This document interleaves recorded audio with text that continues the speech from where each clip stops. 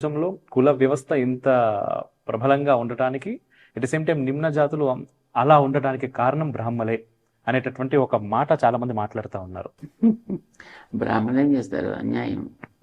వాళ్ళు చేస్తే వీళ్ళు ఇచ్చారేమిటిలాగా. ఎవడి ఏ స్థితికి ఎవడో కారణం కాదు, వాడి స్థితికి వాడే కారణం అవుతాడు. ఇప్పుడు ఎవడి బాగుకి వాడే కారణం కావాలి, ఎవడు నాశానికి వాడే కారణం అవుతాడు. ఇప్పుడు ఒక విషయాన్ని మనం గమనిస్తే,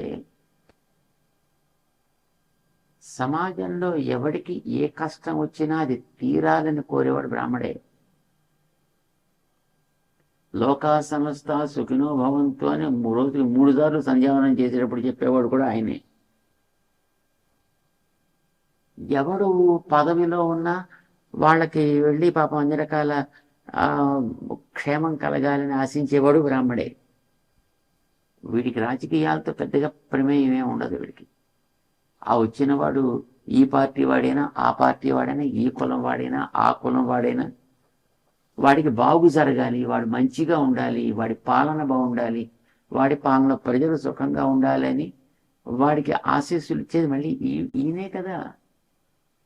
ఈయన వెళ్ళి నాకు ఇంత పైసలు ఇవ్వండి అని ఈయన అడగడినా. వాళ్ళు బాగుండడం కోసం ఏమైనా చెయ్యండి అని చెప్పేవాళ్ళు ఉంటారు.